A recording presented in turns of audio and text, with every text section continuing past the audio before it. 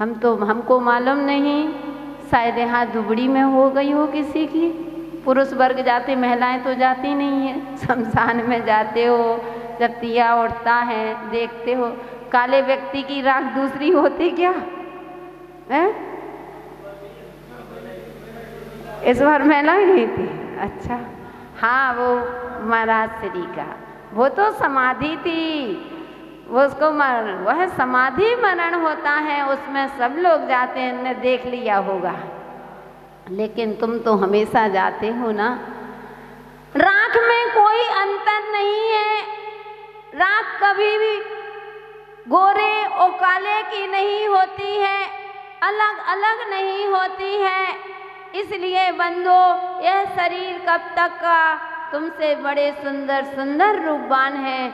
आखिर ये सोचो, तुमने पूर्व में इतनी भक्ति की होगी, इसलिए इतना सुंदर रूप मिला है। क्योंकि भक्ति सुंदर रूपम, भक्ति से ही सुंदर रूप की प्राप्ति होती है। इसलिए तुमने इतना सुंदर शरीर मिला, सुंदर से आप अंगोपांग से लेना, गोरा काला नहीं, ये तो वर्ण है। ओ क्या सूरत से नहीं, सीरत से अच्छे बनिए। सूरत को देख करके लोग नहीं, सीरत से पहचान होती है। आज दुनिया गुणों के पीछे जाती है। जो तुम्हारे अंदर गुण होंगे तो आप नमस्कार करोगे। आज साधु को अगर उनके अंदर गुण दिखाई देते हैं तो आप नमस्कार करते हो, पूछते हो, वहाँ काला गोरा नहीं देखते। इसलिए बंधुओं, हमेशा सूरत से नहीं, सीरत से अच्छे बनिए। अपने जीवन को कभी भी अहंकार का त्याग कर दो। क्योंकि हमारे जैन दर्शन में एक बार नहीं, दो बार नहीं, पांच बार झुकने के लिए कहा गया है। कहा गया कि नहीं? नमो अरिहंताणम, अरिहंतों को नमस्कार हो। नमो सिद्धाणम, सिद्धों को नमस्कार हो। नमो आयरियाणम, आचार्यों को नमस्कार हो। नमो उवज्जायाणम, उपाध्यायों को नमस्कार हो। और नमो लोए सव्य साहुणम, कि संसार जितने भी सर्व साधु हैं उन सबको मेरा नमस्कार हो। क्यों? 5 बार उन इसलिए झुकना बताया, क्योंकि जब तक तुम झुकोगे नहीं, जब तक कभी परमात्मा के द्वार पर नहीं पहुंच सकते हो। लेकिन आज के समय में बंधुओं, झुकने का काम ही नहीं। आज महिलाएं रहती हैं, महिलाएं क्या, सभी लोग पहले के समय में लोग चरण छूते थे और आज के समय में लोग घुटने छूते हैं। इसीलिए तुम्हारे घुटनों में दर्द रहता है, क्योंकि घुटनों में हमेशा गैप होता है। ध्यान रखना, जिनके घुटनों में दर्द है तुम्हारे में ज्यादा, तुम क्या सभी की में होता।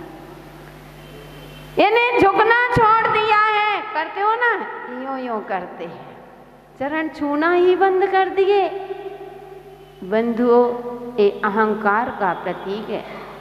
और तो क्या, कल मैंने बताया था कि अगर नमस्कार करने का आ जाए और अच्छे कपड़े पहने हुए हो, कहीं पार्टी में जा रहे हो, किसी पार्टी में जा रहे हो, शादी में जा रहे हो और अच्छे सुंदर वस्त्र पहने हुए हो, अगर मुनिराज भी निकल जाए तो ऐसे तो नमस्कार कर लोगे, लेकिन बैठ कर के नहीं, पैंट की क्रीज बिगड़ जाएगी, साड़ी की क्रीज बिगड़ जाएगी। होता है ना, हम वैसे भी 24 कैरेट का बोलते हैं। यानी झुकने का नाम ही नहीं लेते हैं। कमर में दर्द हो रहा है माता जी, कमर में दर्द नहीं होगा तो क्या होगा? पहले के समय के लोगों में क्यों नहीं? क्योंकि वे झुक कर के झाड़ू लगाते थे और आज के समय में काम करना ही नहीं चाहते।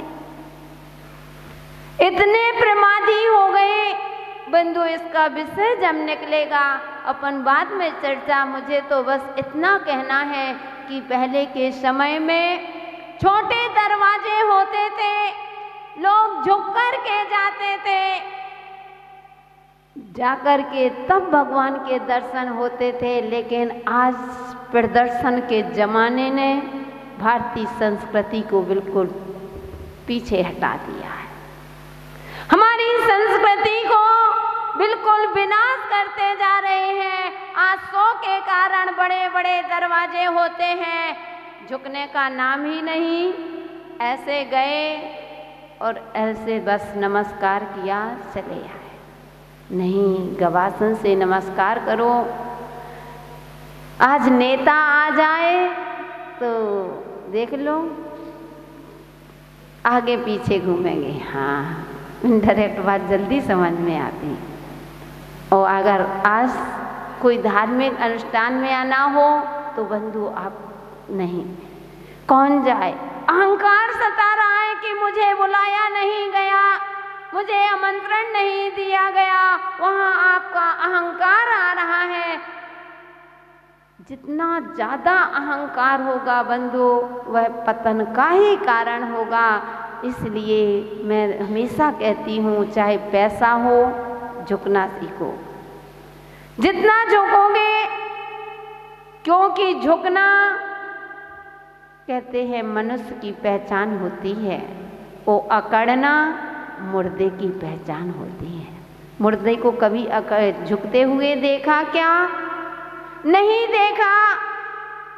आपने कभी जिस पेड़ पर फल नहीं होते हैं उसके कभी डालियों को झुके हुए देखा क्या? नहीं देखा। कौन झुकता है? कौन सा फल झुका होता है? पेड़ झुका होता है, जिस पर फल होते हैं वही पेड़ झुके हुए मिलेंगे, और जिस पेड़ पर फल नहीं होते हैं वह अकड़े हुए होते हैं। इसलिए बंधुओं, जिनके अंदर कुछ नम्रता होगी, कुछ ज्ञान होगा, वह नियम से झुके हुए दिखाई देंगे, और जिनके अंदर कुछ नहीं है, मात्र प्रदर्शन का जमाना है, वह हमेशा अकड़े होते हैं। नहीं, मैं बड़ा हूँ, भले ही अंदर से कुछ ना हो। बंधु, जितने अहंकारी रहोगे, अहंकारी के पास व्यक्ति बाहर से बैठ सकता है, लेकिन अंदर से तुम्हारे पास नहीं बैठ सकता, क्योंकि उसको मालूम है क्या पता तुम्हारे तुम कब किसकी हंसी उड़ा दो, कब किसको नीचा दिखा दो, इसका कोई भरोसा नहीं रहता। आदमी अहंकार के कारण से फूल सकता है, लेकिन भव्यात्मा कभी फैल नहीं सकता है। हमको फैलना है। क्या हमारे पास संपत्ति है? कोठी 18 घोड़े छोड़े 84 लाख हाथी। उन चक्रवर्तियों के पास कितनी संपदा थी कि कोठी 18 घोड़े छोड़े 84 लाख हाथी। बंधु, तुम्हारे पास कितने घोड़े हाथी हैं क्या? हाथी नहीं होंगे तो घोड़े होंगे। घोड़े क्या, गधा भी नहीं होगा। और फिर भी अपने आप को आई एम समथिंग।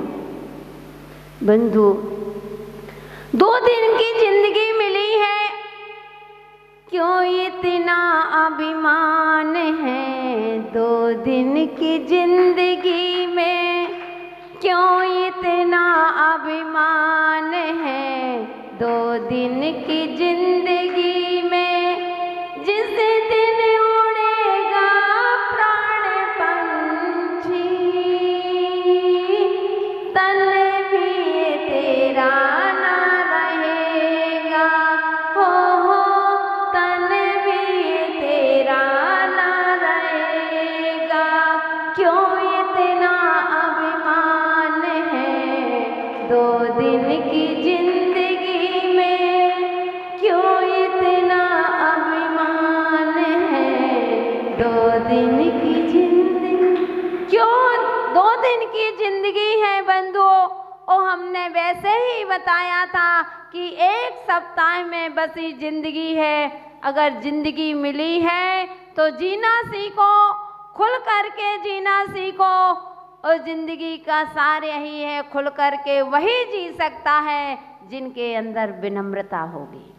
अगर तुमको कुछ बनना है तो थोड़ा सा झुकना सीख जाओ।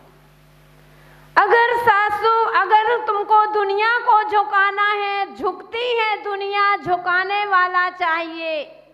अगर तुम एक बेटा होता है, अपने पिता के पैर पकड़ ले, अथवा बहू सास के पैर पकड़ ले, अब वह बहू तब तक नहीं पकड़े रहे तो बंधु सासू को स्वतः ही तुमको उठाने के लिए झुकना पड़ेगा। यानी झुकाने की कला होनी चाहिए आपके अंदर। जिस दिन यह कला आ जाएगी उस दिन तुम्हारा घर स्वर्ग बन जाएगा। आज 80% परिवार अगर टूट रहे हैं, समाज टूट रही है, तो बंधु एक अहंकार के कारण टूट रही है और झुकने का नाम ही नहीं।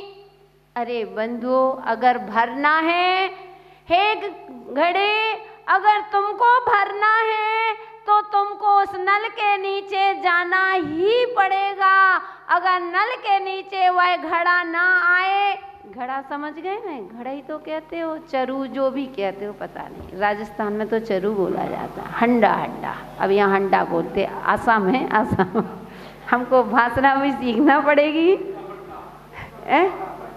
मटका, मटका तो मटका तो वहाँ भी बोलते हैं, कोई बात। हे मटके, अगर तुमको उस नल के से तुमको अपने आप को भरना है तो नल के नीचे जाना ही पड़ेगा। अगर नल के नीचे नहीं जाओगे तो तुम कभी भरने वाले नहीं हैं। हे बाल्टी, तुम कुएं में कितने भी चले जाओ, अगर तुम जब तक झुकोगी नहीं, जब तक तुम्हारे ऊपर तुम्हें पानी आने वाला नहीं। सभी लोग जानते हैं ना, कुएं से पानी भले ही जमाना नहीं है लेकिन जानते तो हो। अगर कुएं से पानी खींचते हो, वह बाल्टी सोचे कि मैं झुकूं ना और मैं भर जाऊं, तो क्या भर जाएगी? क्या नहीं भरेगी। सभी को मालूम है, जानते तो हैं, लेकिन पन्ना लाल जी मानते नहीं हैं। जानते सब हैं, बहुत होशियार हैं, और वैसे भी ये धुबड़ी है, सब होशियार है। देख लो, रमेश जी के धुबड़ी वाले सब होशियार हैं। तो बंधु इसलिए जानते हैं कि वह बाल्टी को टेढ़ा होना पड़ेगा। उस कहते हैं कि मटके के ऊपर, उस मटकी के ऊपर कटोरी रखी है और वह कटोरी खाली है, और जो भी राहगीर आता है उस मटकी से पानी लेकर के पीता है और आगे बढ़ जाता है। एक दिन वह मटकी के ऊपर जो कटोरी रखी है, उस कटोरी ने चिंतन किया कि यह कैसी मटकी है। जितने भी राहगीर आते हैं और जो इससे पानी पीना चाहते हैं, सबकी प्यास बुझा देती है, सबको भर देती है, लेकिन मैं खाली के खाली हूँ। तो उसने मटकी से प्रश्न कर ही लिया और कहती है कि हे मटकी, तुम कितना भेदभाव करती हो। तो उसने कहा, मैं और भेदभाव? बोले हाँ मटकी, तुम कितना भेदभाव करती हो। तो वह कहती है कि बहन, मैं क्या भेदभाव करती हूँ, आखिर बताओ, मुझे तो भान नहीं है, क्योंकि मुझे मालूम है कि मैं कभी भेदभाव नहीं करती हूँ। बंदो शूर कभी भेदभाव नहीं करता, कुआं कभी भेदभाव नहीं करता है, नदी कभी भेदभाव नहीं करती है। कभी नदी ने कहा है क्या कि यहाँ पर बड़े आदमी ही स्नान करेंगे, छोटे नहीं। उस कुएं ने भेदभाव किया क्या कि इसमें बड़े आदमी को ही मैं पानी दूंगा और मैं गरीब को पानी नहीं दूंगा। कभी किया क्या? उस सूर ने कभी भेदभाव किया क्या कि मैं बड़े परिवार, जो बड़ा आदमी है उनके यहाँ मैं प्रकाश फैलाऊंगा और जो गरीब है उसके यहाँ मैं प्रकाश नहीं फैलाऊंगा। कभी किया क्या? नहीं। तो उस तरह मटकी कहती है कि बहन, मुझे पूरा भरोसा है कि मैंने कभी भेदभाव नहीं किया है। तुमने कैसे कह दिया कि मैं भेदभाव करती हूँ? आखिर बताओ। तो वह कहती है, कटोरी कहती है, बहन, जितने भी राहगीर इस रास्ते से जाते हैं तुम सबकी प्यास बुझा देती हो, लेकिन मैं हमेशा खाली के खाली रहती हूँ। तुमने आज तक मुझे भरा नहीं है और सबके पात्रों को तुम भर देती हो। उस मटकी ने बहुत सुंदर बात कही। वह कहती है, बहन, जो मेरे नीचे आता है उसको मैं भरती हूँ, गलती मेरी नहीं, क्योंकि तुम नीचे नहीं मेरे सिर पर बैठी हो, इसलिए कभी तुम भर नहीं पाओगी, हमेशा खाली रहो।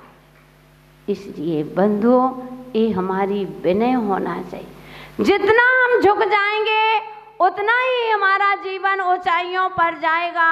आपने चमर देखे हैं? मंदिर में जो चमर होते हैं, चमर पहले नीचे पहले ऊपर चले जाते हैं क्या? शायद यहाँ चमत्कार हो जाए, चमत्कारी पारसनाथ है। नहीं बंधुओं, सबसे पहले चमर नीचे जाते हैं, इसके बाद ऊपर जाते हैं। ऐसे ही भवआत्माओं, अगर तुमको ऊंचाइयों पर जाना है तो तुमको सबसे पहले झुकना सीखना पड़ेगा। अहंकार किस बात का? रावण जैसे लोगों का अहंकार नहीं टिक पाया तो हम और आप किस खेत की मूली हैं। इसलिए छोड़िए इस ममकार को, छोड़िए इस अहंकार को। वो अपने जीवन में जितनी लघुता से प्रभुता मिले, प्रभुता से प्रभु दूर की, प्रभुता से यानी जितने लघु बनोगे उतने तुम्हारा जीवन विकास तुम्हारा होता जाएगा, उतने ही तुम ऊंचाइयों पर बढ़ते जाओगे। और जितना तुम्हारा अहंकार होगा बंधु, उतने ही नीचे होते जाओगे। हे ऊंट, किसको अपने आप को बड़ा जब तक कहोगे जब तक पहाड़ के नीचे नहीं गए। जब तक पहाड़ के नीचे नहीं गए हो, जब तक तुम अपने आप को बड़ा कह सकते हो। और जिस दिन तुम पहाड़ के नीचे आ गए उस दिन अपने आप तुमको समझ में आएगा कि मैं बड़ा हूँ, कि मुझसे भी बड़े हैं। इसलिए भवआत्माओं, समय आपका हो रहा है। आपसे इतना ही कहेंगे कि अहंकार जब आने लगे तो अपने से ऊपर वालों को देखना।